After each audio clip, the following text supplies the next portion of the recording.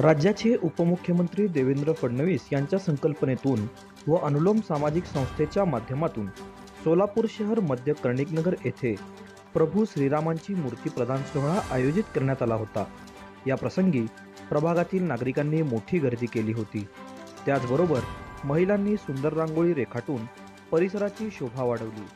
प्रभू रामाच्या मूर्तीची पूजा पावन गणपती मंदिरात संपन्न झाल्यावर मंदिरापासून संस्थेचे सदस्य दीपक वट्टे यांच्या घरापर्यंत मोठ्या जल्लोषात जय श्रीराम अशा घोषणा देत पदयात्रा काढण्यात आली।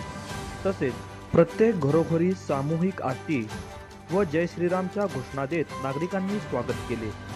संस्थेचे सदस्य दीपक वट्टे यांना देवेंद्र फडणवीस यांचे पत्रक देऊन सन्मानित करण्यात आले। आलेल्या सर्व बंधू भगिनींना प्रसाद व चहा नाश्ता देण्यात आला। शेवटी सर्वांना अनुलोम संस्थेविषयी माहिती देऊन कार्यक्रमाची सांगता करण्यात आली। या प्रसंगी दीपक वट्टे, धनराज जानकर, सूरज मोरे, रोहित भोसले आदी उपस्थित होते।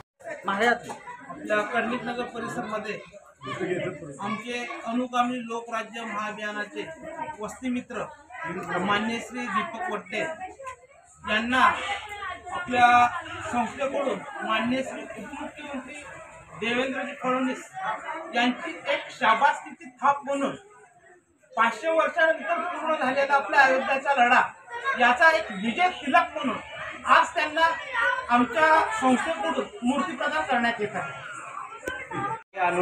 अनुलोम संस्थेचा वस्तीमित्र दीपक वट्टे आज मला श्री देवेंद्रजी फडणवीस यांच्याकडून व अनुलोम संस्थेकडून श्री अयोध्यावरून आलेली श्रीरामाची मूर्ती मला शाबासकीच्या वरती स्वरूपातून मला श्रीरामाची मूर्ती दिली।